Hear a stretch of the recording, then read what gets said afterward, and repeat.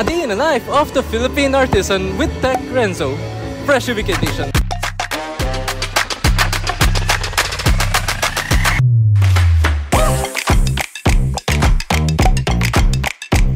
So ngayon, punta muna tayo sa artisan booth. Dito tayo ngayon with Ivy, Reyna, Jim, or Paolo rather, and Jim. And our sports editor, Dorji. So, anong ginagawa natin sa... Wait lang. Bakit hindi ka naka-pressure? Oh my God, bro. Oh, hell no, man. What the f***, man? Get your ass. Di ba sabi ko pag mag-cover dapat naka-pressure? So, bakit hindi ka nga naka-pressure? Asan yung pressure mo? Cut.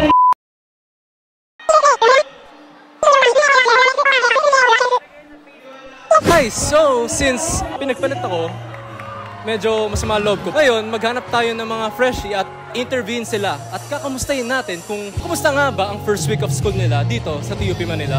Okay, so kamusta ang first week nyo sa TUP Manila?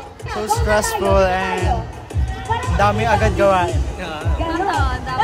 Akala namin, parang event lang, wala pang classes, gano'n. Pero masaya din. Masaya. Masaya po. Okay, so kamusta ang Kislap experience natin? Masaya din! Masaya! Wala na klase! Masaya na medyo nakakapagod. Masaya rin naman po, nakakapagod dahil po sa mga pangbiyahe. Perfect siya, medyo nakakapagod. Opo. Marami kong ginagawa. Mix pa po ng mga adjustments sa schools and mga tao sa nakakasalimuhan natin. For me, ano siya, nakakapagod po talaga kasi yun nga, nag-a-adjust pa lang and medyo nakaka-stress kasi ang dami pong kailangan bilhin, ganun. Lastly, kamusta naman ang Kislap experience natin? Solid po, 10-10, grabe. Kahit umuulan. Perfect siya kasi maraming interactions talaga na marami kami makilalang bagong tao and nag-enjoy po kami sa mga pasabog and events na binigay ng isla. So kung may isang artist kayo na gusto makita next year, sino yun? At bakit Bini? Bakit hindi? Walang choice! Walang choice? Kailangan mo agad We are here with...